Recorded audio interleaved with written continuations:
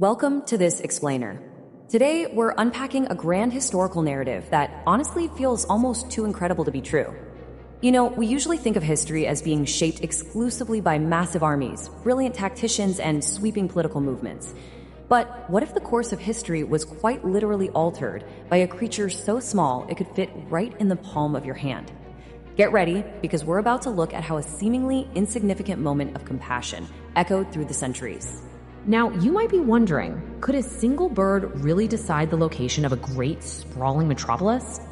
I mean, it sounds like a fairy tale, right? But I want you to truly imagine this for a second. Think about the sheer scale of a massive geopolitical landscape. You've got shifting borders, marching troops, the rise and fall of entire empires. Now place a tiny, fragile animal right in the middle of that turbulent path. Logically, the animal doesn't stand a chance. It should just be swept away by the tides of human ambition. But today, we're going to look at the spectacular moment when the exact opposite happened. Section 1. A surprising historical catalyst. Section 2. The Commander's March. Okay, let's dive into this timeline to map out the unstoppable momentum of this army. We're in the era of the Caliphate of Hazrat Omar, and at the tip of the spear of this expansion is a really formidable Muslim military commander, Hazrat Omar bin As.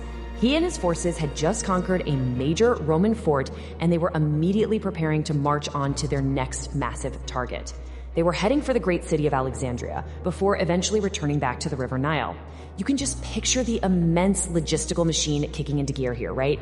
Thousands of troops, all their supplies just moving relentlessly toward this next grand conquest. Section 3. The Dove on the Tent. So, amidst this massive military operation, they hit a completely unexpected snag. The order comes down to dismantle the camps.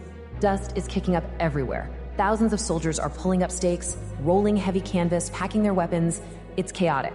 But as the commander's personal servant approaches the royal tent to pack it up, he just stops dead in his tracks. Right there, on top of Hazrat Amr bin As's tent, a white female dove, a fakta, has built her nest and is fiercely protecting her eggs.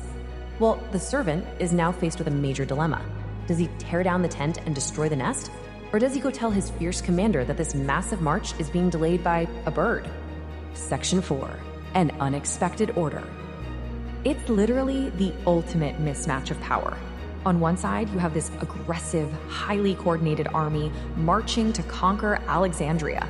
And on the other, just a fragile mother dove trying to protect her eggs. It is the absolute clash between the heavy machinery of war and the delicate beauty of nature.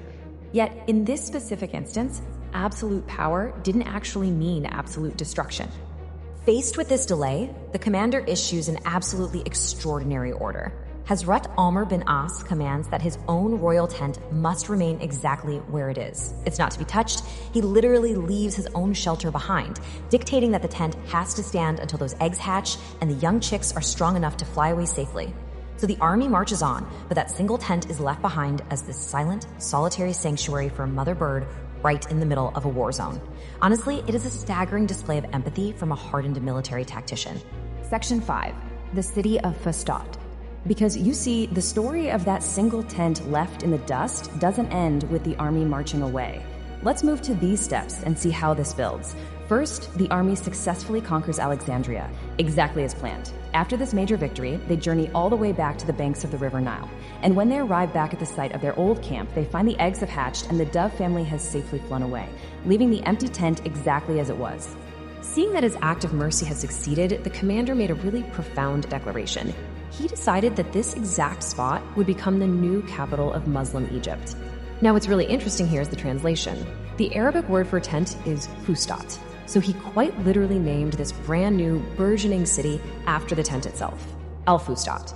Think about the ripple effect of that naming for a second. That singular spot of refuge, effectively chosen by a bird, became the seed of a metropolis. Over the centuries, Al-Fustat expanded, it evolved, and eventually it grew into what we know today as Al-Qahira, or Cairo. Yes, the sprawling, historic, culturally massive city of Cairo, one of the greatest cities in the entire world, is geographically rooted in the exact spot where a commander refused to disturb a nesting dove. Mind-blowing, right? Section 6. Africa's First Mosque. The legacy of this story isn't just civic, it's spiritual too. When they established Fusat around that tent, they needed a spiritual heart for this new capital, and they knew exactly where the foundation needed to be laid. So, the crucial point here is that the Mosque of Amr ibn al-As stands today exactly where that dove was protected. Built on the precise location of the tent and bearing the commander's name, it is the very first mosque ever built in all of Africa.